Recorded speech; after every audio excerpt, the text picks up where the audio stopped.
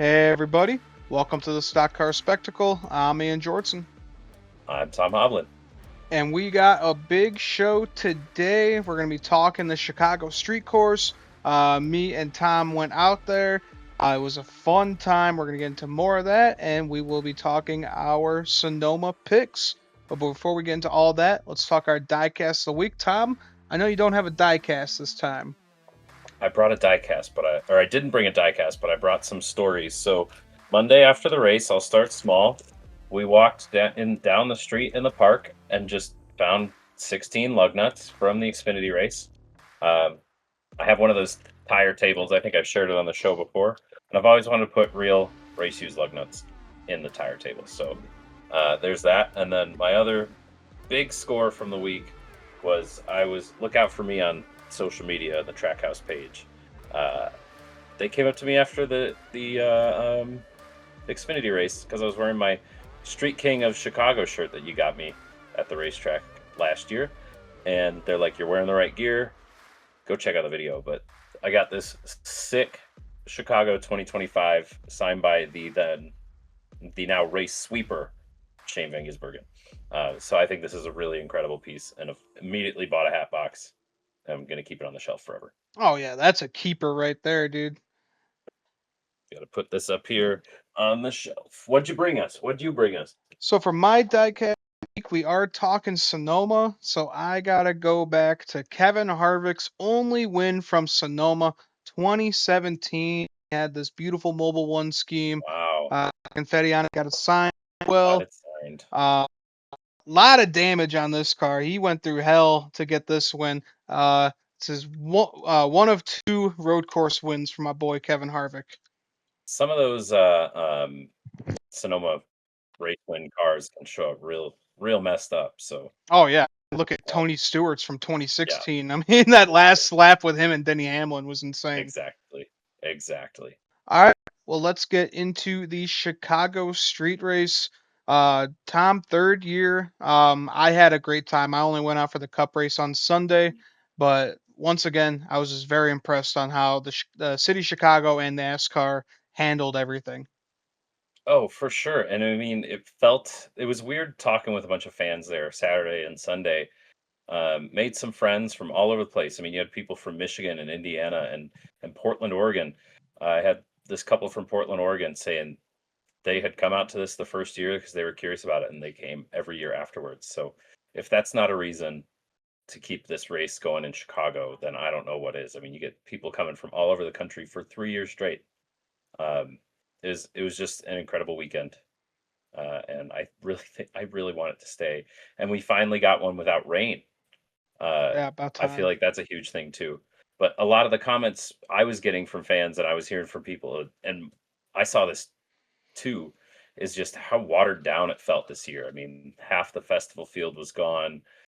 They lost the whole club, whatnot. They lost about half the grandstands. It was odd because the energy was so good for it and it was dry and we got everything we needed from it, but it did feel watered down. I mean, even a lot of the merch, there was 2024 merch, a lot of 2024 merch, not a lot of 2025 merch. So that was very interesting to kind of see develop the two sides of people loving it, but also it's just like, are we going to invest in this? I don't know. I don't know. Yeah.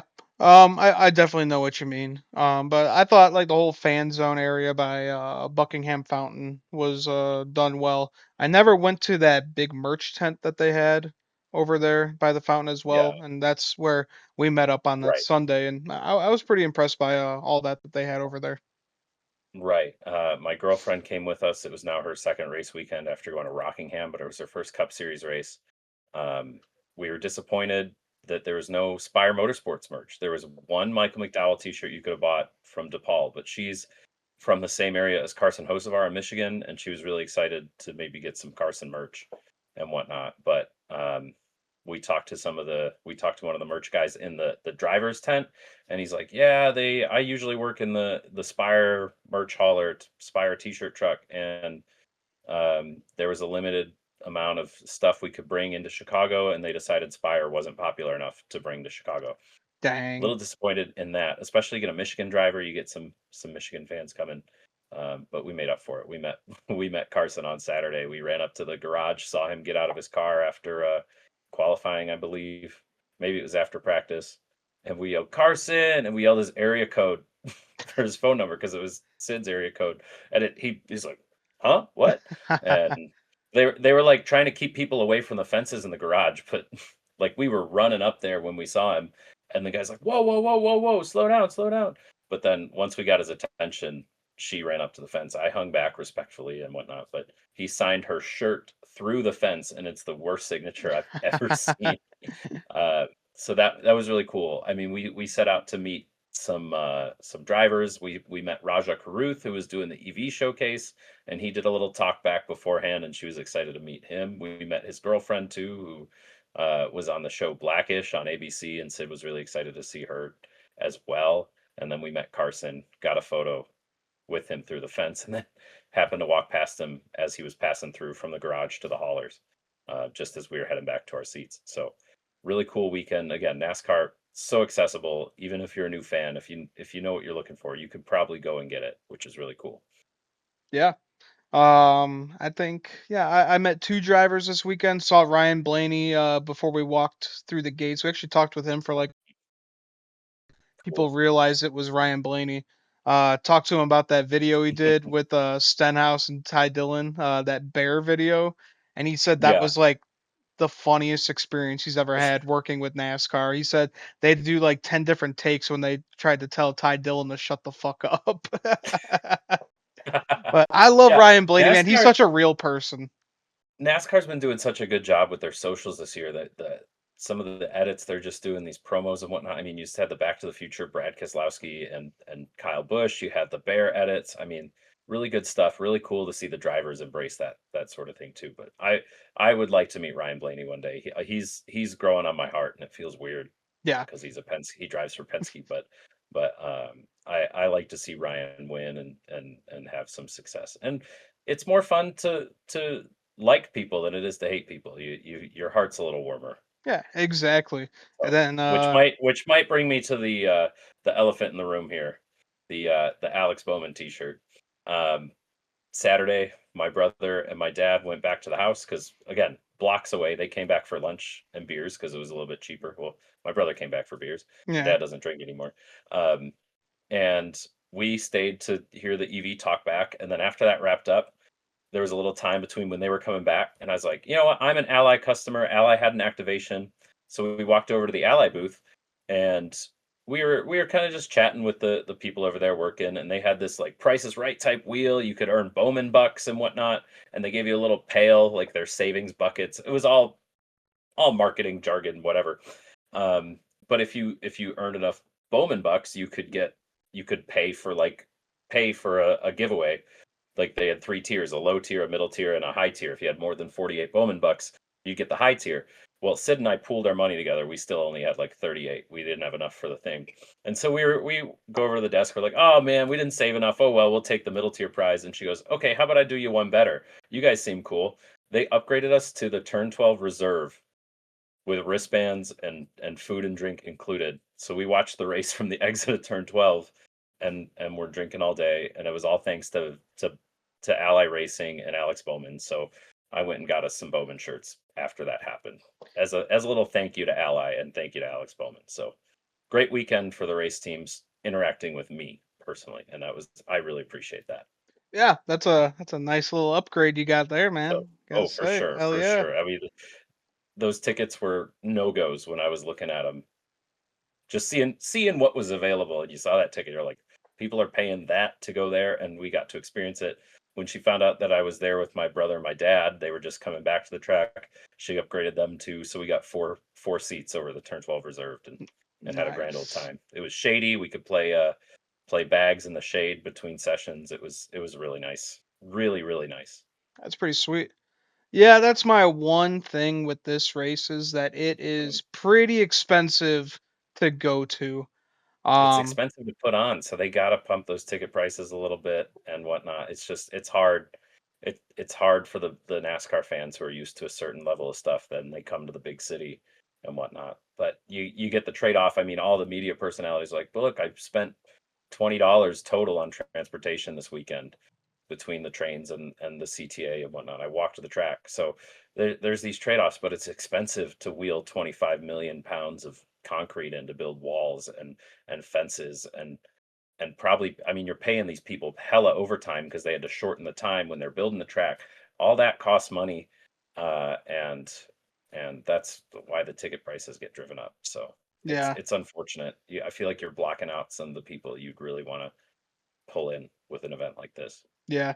To me, $120 is too much for a general admission ticket of Mm, walking around and seeing one turn at a time. Because that's what me and Pat did. We just got the GA tickets and we were hanging out by turn 3 over by the museum, and then we went over by turn 2 right where they get on the Lakeshore Drive there. They were cool spots. We had one screen there so we mhm, could see the whole race, but yeah, in the end, I don't know. It's just a very expensive ticket. I understand why, mhm. but your Yeah. normal NASCAR fan is gonna look at that and be like, well, why don't we go to somewhere If like Chicagoland Speedway where tickets will be like a mhm, 30, $40 cheaper yeah, for a seat? and for a seat, if you're proactive enough and you know it's coming, we paid through a payment plan, but I've been paying for this ticket since January, and I paid for my weekend passes probably too much money every month, but it was able to spread it out. But the Yeah, problem is, if this event is to bring in the casual fan, they're not thinking about going to a street race in July when it's time to start working on buying those in December. So then if you come for the seats like I was paying for, like you you sign on, you're like, "Ooh, can I still get a reserve seat?" "Oh, no, I don't wanna pay that much for a weekend of a thing. I don't even know what I'm going to." And then you buy a general admission. You don't realize you gotta get to the race early to set your spot, and then you're like, "Man, I spent $120 and I didn't get to really see anything. Don't know what's going on." So I mean, again, another pro and con trade-off of such an event and whatnot. But I had a blast yeah, personally. yeah, I had a great weekend. It's like I said last week, I'll be sad to see it go if it does in fact go. Apparently, they have 90 days from the fall of the checkered flag on Sunday to make a new deal with the city. But there's been absolutely no rumors of that happening, and all the rumors are pointing towards San Diego. So yeah. we'll just I have to mean, see. I was in GA. I thought it was a real fun time in there. Definitely would go again if it does come back. But Tom, you know how me and Nick feel. We want our good old Chicagoland Speedway back. We want Hey, to go somewhere that's real close to home. I know the street for race is sure. right, a block away from Street me, race, but but I mean, like, I'm not always gonna live downtown Chicago, so there's a difference there too. Might be a little more difficult for me to get to and be so excited about and spend all day here if I know I don't have a refuge yeah, a few blocks away. Um, but again, I don't think that NASCAR would invest the money they have in the last 3 years and try to build all this fan base with such an event in the city to then just next year. I think we talked about this last week to then just not come back to the Chicago area whatsoever. So I think that bodes well for Chicagoland Speed, one or the other, street race or Chicagoland Speedway. Um, Sunday at our regular seats, there was a contractor who said he had contracts with the track in Joliet, and he's kind of kept up with them. He's told me there's 3 employees over there, and they have just enough budget to keep that track within 3 months of being operational at all times. So all right, that's that was an interesting fact to learn. I mean, we noticed in Carson's YouTube video from last week, how he noted some of the areas in there were mowed and kept up and whatnot. So apparently NASCAR says the word. 3 months later, that track is ready to host a Cup Series race. So that that was also an interesting tidbit of information I got from a contractor who has worked and had contracts with NASCAR and with Chicagoland Speedway down in Joliet. Thought that was a very interesting tidbit. yeah, that's good news to hear. Every time I've driven by it, it it looks like that they've kept up with it for the past 6 years. So, Yeah. um, yeah, here's hoping because we've Hmm. seen how these next gens run on the mile and a halfs, and Chicagoland was just starting to get good. The surface Right. aged perfectly. And oh man, they would put on one hell of a show. And Goodyear's dialing in that tire for 4 intermediate tracks. So I mean, again, I would still take the weekend off and go down to Joliet. Still could take the train, maybe. I don't know. I don't know. Maybe that might be a bit of a stretch getting from the station in Joliet to the track at Joliet, but pros and cons here. You drop yourself off at the station Lyle, and I'll pick you up, and we'll go to Joliet. There How's we that go. sound? There we go. Ian's offering to pick any one of you guys up Yeah. if you take the train to Come on down, and I'll bring you to Chicagoland Speedway, and I'll show you a great time how we used to do it back in the day. Fantastic. Fantastic. So can't be too heartbroken. I don't have any sources on this, but I wholeheartedly believe NASCAR will not leave the Chicago market, the immediate Chicago market. Yeah, I know they go to Michigan, they go to Indianapolis, they're within a couple hours drive, but I don't think they'll leave the Chicago market. definitely. All right, well, let's get into the Xfinity Series race for the Chicago Street Course. SVG was on the pole, and he ended up winning stage one. And then Sheldon Creed came up and was able to win stage two with the pit cycles. Some well needed stage points for Sheldon Creed. We know that he's still struggling to get that first win, so all these points matter to get himself deeper into these playoffs. For sure. And it's not even just like Sheldon Creed, just as a driver, we know he finishes second all the time, but we wondered how the the breakup of Stewart Haas Racing was going to affect the Xfinity series that was so strong. And we're coming down to crunch time in points, and we're kind of seeing where the 41 and the 00 are kind of lurking in points, and it's just they haven't been as strong as they have been in the past, and that's kind of how we expected it. Yeah. How about Shane Van Gisbergen, man? He had a cool suit failure, and it was a hot day on Saturday. SVG riding around there with a failed cool suit, and when Oh those my things goodness! fail, that water just gets hot and it stays there, and it will start burning your skin. Some drivers live by it, and some drivers will never use it because they have suffered through that pain. Yeah, I can't imagine. Sid had to step off the bleachers for a little bit. We had to find some ice bags to cool ourselves off. I mean, those metal bleachers sitting in the sun on Saturday were baking us. Um, so much so that like we had to go back and sit in the shade during the race for a bit. And I can't imagine what it would be like sitting in a race car with all the engine heat and sitting in a metal box like that. But SVG, calm, cool, and collected, couldn't really tell anything was bothering him. He was just out there to get his job done. Yeah, couldn't even tell because on that final restart, him and his teammate Mm. of Connor Zilic, they were going head to head, and SVG, they both were just, it's hard racing, man. They touched each other. Connor went to the wall a bit, and SVG took the lead and never looked back. Um, a lot of people are mad at Shane for that, but you know what I gotta say? That's just good, hard racing. Connor Zilic needs to learn that that is how you are gonna get by some of these guys at these tracks. So I give kudos SVG. You're teaching this kid how to race. So all day, again, we were sitting in the exit of 12. We got to see every single restart all day coming off the restart zone, and then they go around the corner. The leader would be a row ahead of second place. And on that final restart, Connor didn't do it.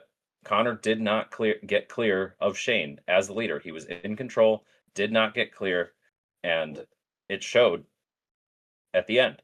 Um, and if you go back and watch the replay, Shane did nothing wrong. Maybe he turned a little late, but the contact came from Connor coming down into Shane.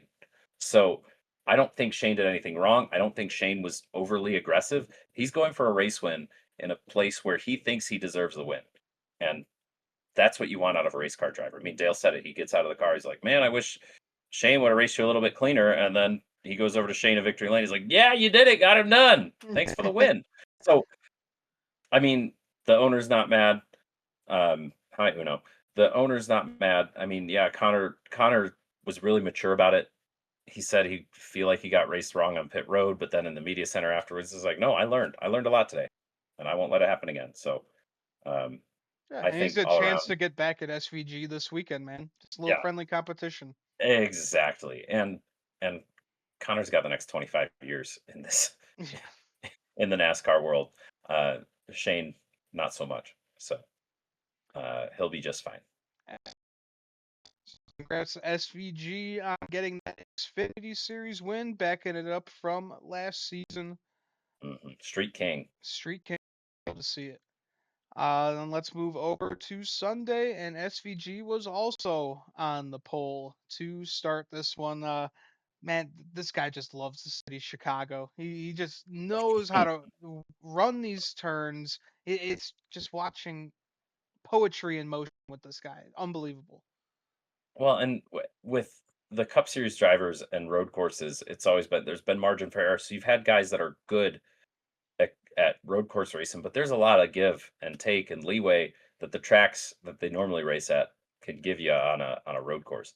Nothing like this in the street course. And Shane is just so smooth and calm and collected. I mean, he's running 3/10 faster than these guys consistently, and it shows in qualifying, and it showed in the race.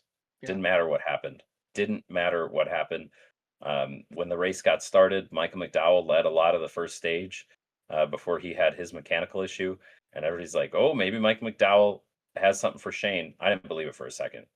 I thought Shane was just like, "All right, you lead some. yeah. I don't need to do anything right It's the now." start of the race. Um, He wasn't worried I didn't about shit. I didn't think for a second that Shane Van Gisbergen wasn't going to be able to pass Mike McDowell when he needed to. So After that performance at Mexico when he was 16 seconds ahead of the field, mm, yeah, this dude is might be the greatest of all time to run on road courses. for sure, for sure. I mean, definitely street courses.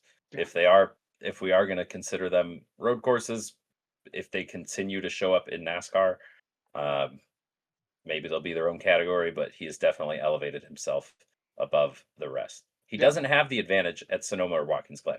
These drivers all drive it all the time. He's newer at Sonoma than all the rest of these people are. yeah. So I mean, he still got the win last year in Xfinity. So I'm not saying he won't be a favorite. He's still the favorite this weekend, but the margin is closer Oh yeah, going they can forward. give him a run for his money. Mhm. That's for sure. For sure. And a guy who wasn't so smooth at Chicago Street Course, lap 4, Carson Hocevar clipped the inside wall, turn 10, slammed the wall, and man, he collected the field behind him. Bunch of cars piling in. And ended days for Brad Keselowski, Dinger, Suarez, Austin Dillon, Todd Gilliland, Will Brown, who we know was coming up from the Supercar Series down in Australia, and Riley Herbst, all collected.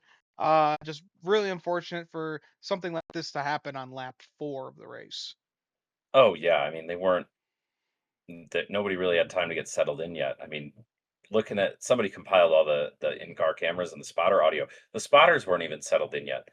Like a lot of those guys came around that corner and the spotters were saying nothing, how there was a stack up, people were flying through there and whatnot. And then for Will Brown, it just your heart breaks. You get Shane a couple of years ago shows up and wins the damn thing, and then he doesn't get 4 laps in the Cup car before his day's destroyed. So it just kind of shows you how special that 2023 race was for Shane to show up and everything to run and fall the way it did. Yeah, uh, real unfortunate for this to happen. Um, hey, Michael McDowell, you said isn't really maybe going to win this race, but he won stage. Great points for McDowell there in the DePaul Blue. He was going to be up there in contention all day if he doesn't have that throttle issue. So really unfortunate to see him go down, but yeah, getting good points until he wasn't. Yeah. And I didn't know this, but only once in the last 23 road courses has the stage one winner gone on to win the race. Mm. And that was Michael McDowell at Indy in Oh wow, 2023. okay. Well, I could, mean, they don't they come to play. yeah, That's for sure. didn't work out today, but man, if he didn't have those mechanical failures, he definitely would have had a top Mhm. 5 finish. For sure. All right, so he won stage one, and we had just a bunch of a lot of spinning, a lot of action going on the track. Um, let's see here. We had Ryan Bl- Kyle Kyle's spin on old tires, just self-spun, thought his day was over. he was able to And come back. then then I was keeping an eye on it because he came down pit road, got new tires, still in the lead lap, but he drove through too many pit boxes, and he had to do a pass through. So now he's a lap down. And I was watching him; he was so close to the lead. I was like, man, if he gets his lap back, his race changes. And I think Ryan Blaney cut him a break, to be quite honest, and let him back around, which again shows you the respect that Kyle has earned over the past decade of him racing the Cup Series. Cut him a break, completely changed his race, getting back on the lead lap versus getting the lucky dog. That was a really exciting thing to try to watch unfold from the stands. Maybe that wasn't covered too well on the broadcast. Full disclosure, I didn't find time this week to sit down and watch the broadcast, so I'm hearing it wasn't that great. But It I feel was. like I got what I needed at the track. Yeah, apparently people have been comparing it to Fox, which is not a good Oof. sign there. Yeah, I was just about to talk it here when Bubba and Alex Bowman got into it when they were just beating and banging with each other. Mhm. When Bubba Wallace spun, they did not get that at all. That showed up on the in-house monitors too. I think they're just taking the TNT feed. Yeah, But I mean, if you hear Dale talk about it, it sounds like there's a bunch of people that haven't done a race in a long time or haven't done a race ever, and a street course is a really hard race to cover in and of itself. So you kind of had these inexperienced guys coming in here on and rusty on only their second week. Uh, just kind of tough. yeah, that's real tough there. But crazy battle with Bubba Mhm. and Bowman. They both got into a little heated argument at the end of the race, and it was funny. They were even doing like a little interview together pre-race as Before the well. race, Yeah, yeah. and they were like, "Oh yeah, we're good from last year. No, no, no bad blood." And then yeah, here comes Bub just going at it, and oh, that I was think whether they want to admit it or not, I mean, they were head to head in the tournament challenge, and yeah. I feel like that's in the back of their minds. I mean, it's Saw $1 million. a lot of hurt feelings and upset drivers this week, Yeah, whether it be it taking them out early with Carson or Ross Chastain, Joey Logano, Ricky Stenhouse, or Bubba and Bowman. But Bubba and Bowman seemed to figure it out at the end of the race. I don't think there was any ill will, and the penalty report showed there was no ill will. I mean, no, I didn't that think there there was a was. racing incident between those two. It's just 2 years in a row at Chicago that those two run into each other. Yeah. The one that I'm surprised we didn't get a penalty report about was Ross Chastain because when he got spun by Joey Logano, he went right back to him and spun him, which wasn't even Joey's fault. He was just got caught No, up in an accordion effect, which happens at these kinds of tracks. And then Chastain, I think he went on his radio and said, "I'm gonna get him. I'm gonna take I him out." mean, what was funny about that is that yes, it was an accordion effect, but who hit Joey into Ross was the 47, and then going into turn 2, Ross sends Joey into the 47. Who's to say that Ross wasn't just trying to look for the 47, playing big brain move? Yeah, Um, it's true. yeah, it's a little surprising, but that's the self-policing that the boys have at it that NASCAR fans have always loved and yearned for. I don't see a problem with it. I really don't. I don't think it was a dangerous spot. There was a lot of cars around, but and again, another good thing for Kyle, he was running like 13th or something on the restart, and all that commotion, he got around it and got through it clean, which helped him propel him to a top 5 finish. Can't believe I Yeah. got excited about Kyle Busch placing top 5 when back in the day finishing 5th would be a disappointment. Dude. So Hey so man, I was real happy this weekend to see Shane top and 20s for Kyle Noah run really Gregson. well. That's a win for us, man. Mhm. So Yeah, for real. welcome to the club. For real. All right, so after all this madness, it gets down to the final two laps, and who else but Cody Ware. Ugh, Gets destroyed in his car. He has a mechanical failure. He is not able to get on the brakes, and he slams right into a tire barrier going hard, almost 100 miles per hour. That was one of the hard. hardest licks I have ever seen. That one fan camera view Mm. is just absolutely insane. It Um, doesn't look real. It doesn't no, look real. I mean, you have all these cars slowing down, and you're like, "Oh my god, what was that?" The corner worker almost got his arm taken off. Like, that was a scary, scary incident, yeah, and it and the took fact them that NASCAR did 37 not see it. seconds. 37 NASCAR seconds to call the caution.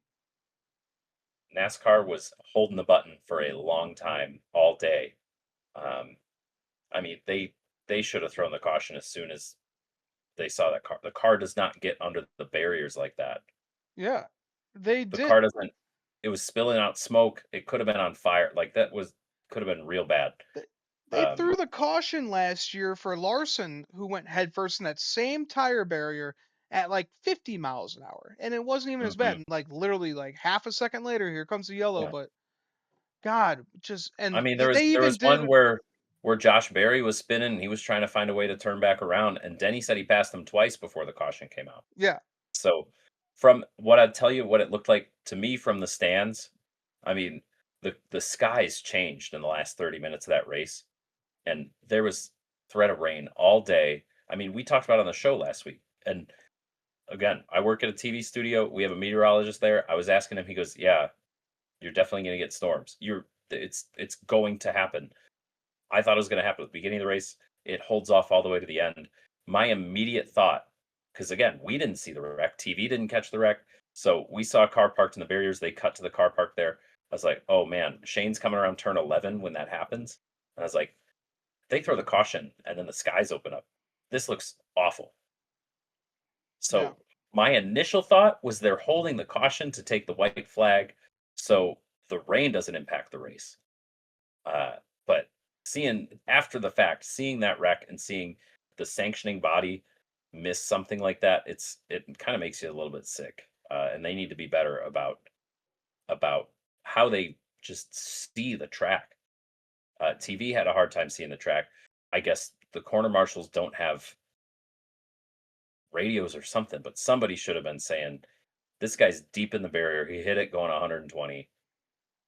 what's Stop the race. yeah, what's the point of the Just corner stop." marshal there if they don't have radio, if they cannot communicate with NASCAR tower? And what really pisses me off about this whole thing is like an hour before that race started, NASCAR posted like a video of their Mm, entire production room of a TV camera is on every single corner. They're looking at every single screen at every single waking moment, and they saw that. They could have even replayed it, and they were like, "Nope, Yeah, that's fine." And then, they let it like go. 10 seconds into the final lap, they're like, "All right, caution, that's it, race is over." Mm. I It mean, it like, felt shorter than that. It felt like he maybe got around the first corner. yeah, it. I mean, I'm happy for SVG. I love Shane Van Mhm. Gisbergen. I'm so happy he won, but I hate to see races go out like that. For sure. Again, I my initial reaction was I thought it was to hold off the rain. It did start sprinkling after that checkered flag fell.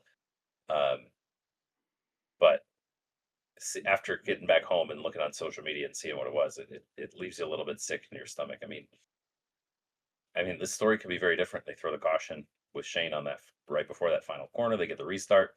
Ty Gibbs punts him. Whoever's in third, I don't know who finished third here, or maybe Ty gets the win. Maybe Tyler Reddick was able to put together a good lap after those two start. I don't know. It's all Right? hypothetical and whatnot. Um, we're glad Cody's okay. They said he was a little bit bruised and damaged, but yeah, it was a bad look for throwing cautions. I mean, you had fans there that don't see too much racing all the time, and like the Josh Berry incident, and then with that one, they're like, that's got to be a caution, right? That's got to be a caution, right? No, oh okay, and then 20 seconds later they throw the caution, like, oh okay. So if those people could see it, how come the people that watch this day in day out every day not turn around and be like, yeah, that's messed up. We Yeah. got to stop. That makes no sense, man. But hey, happy for Shane Van Gisbergen. Mhm. He swept to the weekend just as I predicted, so I get all those wonderful All points. the points. And yeah, And he is and he's gonna be campaigning soon to be the new mayor of Chicago. well, he hates cities. So Ah, the city of okay. Chicago changed his life, but he hates cities. All right, we'll get No, him and out. We'll get him out to Plano then. That'll fit him well. just as I predicted, you guys could have given me the rest of the field for the Xfinity race. I still would have gotten 0 points, as you guys picked 1, 2, and I had to pick third. So good points day for you. Congrats. Thank you. Uh, yeah, and it was just a magical weekend. So surprised there was no rain. I don't know. Showed up on the broadcast. There's a guy with a anti-rain vortex hat. My dad got a picture with him. He was wearing that all weekend. He was not wavering. He understood the assignment. Yeah, Um, it worked out well because when me and Pat were walking back to Union Station, we'd start feeling a few drops. Like, wow, perfect timing. Perfect time, and the sky never really opened up at all. It was a perfect weekend. It was so good, aside from some officiating calls. But I mean, I love being at the racetrack, and I love the aura of the Chicago Street Race. I'll never get over it. Absolutely, man. All right, well, let's take a quick break, and when we come back, we'll be making our picks for Sonoma, so stay tuned.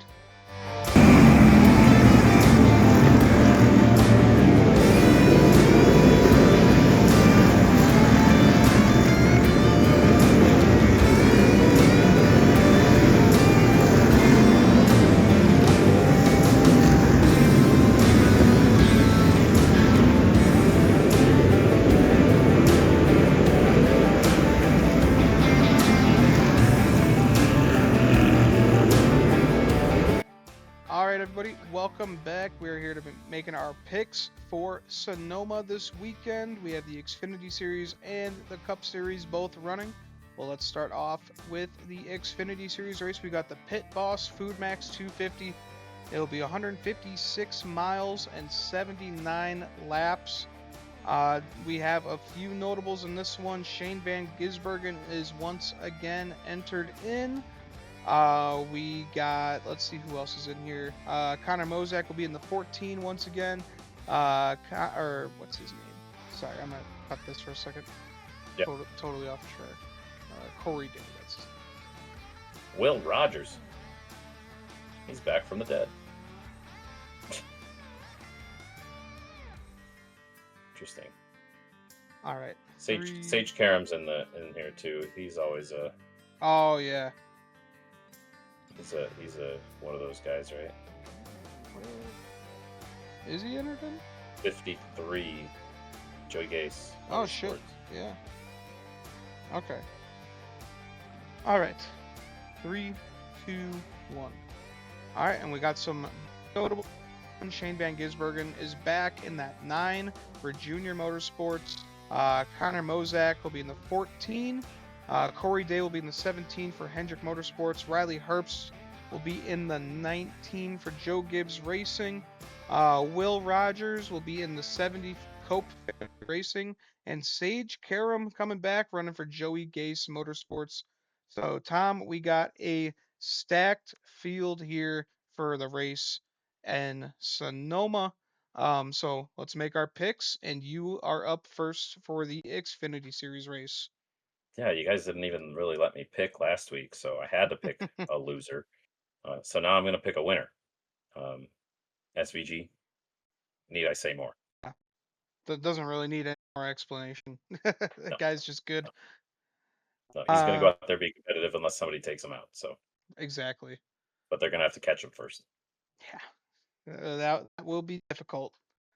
All right, and then Nick is picking the second place finisher here for this weekend, Connor Zilich. I mean, if you're going to a road course and you have to pick one or two drivers, it's going to be SVG or Connor Zilich. That's what Yeah. me and Nick did last week, and that's what you guys are doing this week. So Ian, we'll ask you then. Who has the best chance at pulling off an upset here? Who is your guy that you're going to go with? Nobody. There's literally nobody that can go out there and upset Shane Van Gisbergen and Connor Zilich. These two are the best to do it on the road Uh, courses right now. But I don't if recommend abstaining from this. There's still points out there. Things can go Oh wrong. yeah, no, absolutely. But if I had to pick theoretically a miracle of a winner, I will have to go with Sam Mayer. That guy, he's pretty stout on the road courses, but For he's sure. nothing compared to Zilly and SVG. And he could use the win. Yeah, he Um, could. Hot Factory team him could really use a win here. he is third in points, but like you just want that you want You want to be that safety solidified net. into the playoffs. Yeah, Yeah, you really exactly. really do. I mean, Sam Mayer's been just quietly there, but I mean, he's still 49 points off. I guess he's tied for second technically. So he's been right up there. Sheldon Creed again sitting eighth in points. It's just you don't feel like you're seeing too much of the Haas car like we used to see all the time running up front. So Yeah, exactly.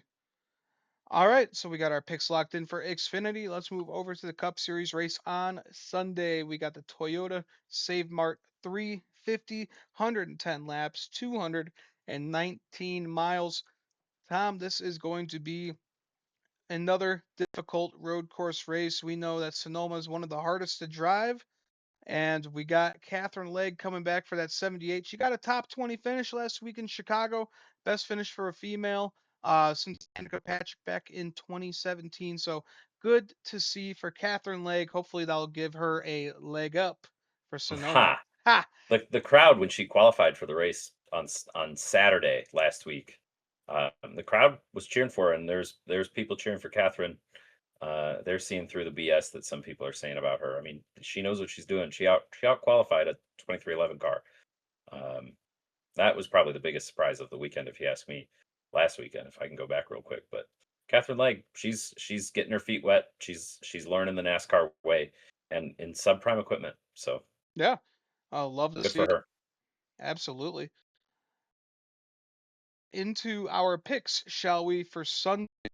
Nick is going first. He was our loser last Sunday, so go figure. He is going to go with Shane Van Gisbergen for the first pick of this week for the Cup Series race. Tom, I that's just got to be the pick you got to go for if you're the guy going into the road course. Yeah, and he he's like I was seeing the odds today. He's like plus 130. The next closest guy's like plus 600. Yeah. Like like Vegas wants him to win too. Um, and again, if he pulls this off, he will suddenly have 15 playoff points. So that's probably enough to carry him through the first round of the playoffs. Then he goes and wins the Roval, and he's in the round of 8. Somehow finishes well at Talladega. God forbid he wins. I mean, it's a stretch, but SVG Final Four it's is not out of the question. it's possible. I mean, he's been getting better and better at the ovals. I'm not saying he's going to go out there and Mhm. win one or get a top 5, but he's getting more consistent. And these will be tracks he's been to before. And we saw the jump he took from the beginning of the Xfinity Series last year to the end of the Xfinity Series. And he's a fast learner. Uh, and so, again, I don't think it's likely, but if he wins this week, suddenly he's got 15, 16 playoff points. I mean, that's how much Christopher Bell has right now. Yeah. Yeah, no, he would be It's tied for the most wins this season. exactly. You can't say he's a fluke playoff contender. It does kind of suck that it kind of makes it seem like the ovals are obsolete with him sitting 27th in points, but he's competitive. He's up front. He's earning those points. And as long as winning you're in is there, it's a very interesting tactic that Trackhouse is going for. Yeah. And Shane is going to want to go out there and get these stage points too. So he's not just going to be lollygagging in the back. He's going to go out there and try and compete so he can go deeper into the NASCAR playoffs. For sure. I mean, we've talked about it before with other drivers. Once they have a win, it changes everything. And again, we know every step up they take in the finishing order in the owners championship is more money for the team, which they can then invest back in Shane and Connor and come in and do this road course only sort of tactic. It's Yeah, very interesting to see develop. absolutely, man. Well, Tom, it's time for you to make your pick for Mhm. Sunday for Sonoma. I'm going to pick one of the only drivers we've seen beat Shane Van Gisbergen straight up. And we're going back to a conventional NASCAR oval.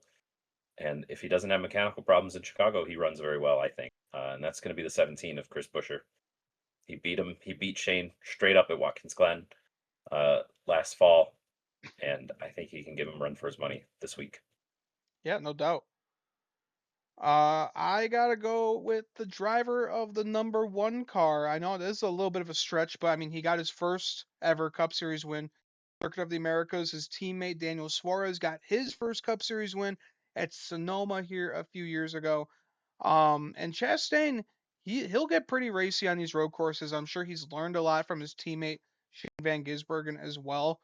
So I think Chastain can go out here and give these guys a run for his money, especially SVG, especially at a track that Chastain's been running at for almost over a decade in the Xfinity Series and the Cup Series for multiple different rides.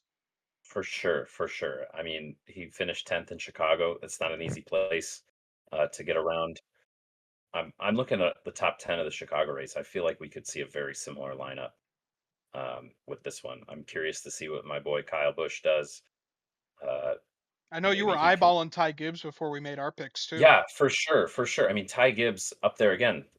Same points I made last week with the different strategy play out on his pit box and Chris Gabehart kind of calling some strategy shots for Ty Gibbs, and look what that did for him in Chicago. Finished P2. Then if SVG doesn't exist, maybe maybe Ty Gibbs has a win under his belt at this point. So look for Ty to be out there and be competitive. This is an opportunity for Ty to go get it. And Joe Gibbs takes pride in having all four cars in the playoffs. He said as much to Chase Briscoe when he joined the team. He goes, "We've only missed the playoffs twice, and ever since they've been doing this winning you're in stuff, they've only missed the playoffs twice of all having four cars all that time. Yeah, So it's important to Joe Gibbs to get all four of his cars in the playoffs. yeah. And Ty can do it. It's just is everything going to align perfectly Yeah, for him? it's gotta fall into place, and he's got to be able to stick on the rear bumper of Shane when it matters. Yeah, Shane seems to lollygag in the beginning and show what he can do. And then when it's time to turn it on, he'll go and win by 18 seconds, 16 seconds in Mexico. So, he just likes to um, get a feel for it before he goes out there and yeah, starts whooping ass. yeah. But I'm so curious if Shane wins this race, how this sets up for the playoffs, and can he really hang in there for the first round, go win the Roval, and then you got at that point they were kind of saying this on the teardown. You're as another playoff driver wants a legitimate chance to win the championship. You got to keep Shane out of the round of 8. You have to. You have to. You cannot let Shane get through the first round of the playoffs, or he's in the round of 8. Yeah, Full stop. So got a real with chance of doing it. 15, 16 playoff points, it will be very interesting to see if he can do that. He's got 11 right now. Don't know if that's enough to carry him through the first round, but a third win on there, maybe a couple more stage wins in the rest of the year if they play some strategy. Suddenly you're looking 16, 17, 18 playoff points. That's not nothing. Yeah, anything helps at this point. All right. Well, Tom, we are going from Chicago, probably the toughest road course we go to Sonoma, the second Ugh. toughest road course that we Yeah, go to. So it is going to be a tough week for those guys who do not like the road courses like Brad Keselowski and others, but it's challenging. This is why NASCAR has the toughest schedule out of any racing series in the world. it's so diverse. I mean, everybody talks about the purest form of racing and whatnot. All you do is race road courses. Yeah, they're all different, but whatnot. Who cares? You turn left and right, but you're doing short tracks. You're doing street courses. You're doing road courses. You're doing super speedway drafting. You gotta have a big old toolbox to have success in NASCAR. My other question for you is, what unfortunate curse is going to happen to Alex Bowman to allow Ty Dillon to keep moving forward in this challenge? Oh my God, I just can't Ty Dillon's believe. gonna win $1 million, and it's gonna be not. He's not gonna do a damn thing. He's still gonna be like 27th in Yeah, points or whatever the Bowman's hell. gonna blow an engine on lap 4 or something like Denny did last year, okay. Oh, Ty Dillon, final 4, one of the top 4 drivers in the center of the. He's done I nothing. I find it so funny. I think it's It's just hilarious that he's made it through why this not? far just because of just a Yeah, technicality. I mean, at the end of the day, the tournament doesn't matter. It doesn't give points. Who No, cares? Give just Ty Dillon $1 million. I don't care. It's fun to follow. It's fun to watch. All our brackets got busted. Doesn't matter. There were yeah. no perfect brackets after the first week. NASCAR didn't want to have to pay a fan $1 million. So, Right? of course, they That's started in why, Atlanta. yeah, of course. That's why they started in Atlanta so they don't have to pay anybody. So, why not? Ty Dillon all the way. Give him $1 million. Let's go. Hey, I'm all for it, man. Let's go. He's not gonna win at Uh, anything, but at least he'll have some cash in his pocket. for sure. It'll be a fun race weekend, and I'm excited. I know Sonoma doesn't put on the best show on TV, but again, we got a diverse schedule, as we were saying. Watch a diverse way races and take in different kinds of races. It's always keeping it fresh. Yeah, exactly. Well, Tom, I think that is a good spot for us to end our show there, man. Chicago was a ton of fun. Uh, Um, glad we got to do it for All we'll maybe have is the one memories. last time. Exactly. Hey, man, great memories at that track, and we'll see what happens and next year. and a cool hat. And a cool hat, man. Yeah, definitely. And guys, make sure to check out the video on Trackhouse Racing where they give Tom the hat. Look for this mug on the feed. They picked me as the cover. So saying. Wonderful. All right, guys. Well, thanks for tuning in. If you haven't yet, make sure to like our video, subscribe to our channel, and comment down below if you do think SVG is going to sweep the weekend once again. So that will do it for us. I'm Ian Jordan. And for Nick Kinzel, I am Tom Hoblin. And we'll see you guys next time. Enjoy racing in wine country.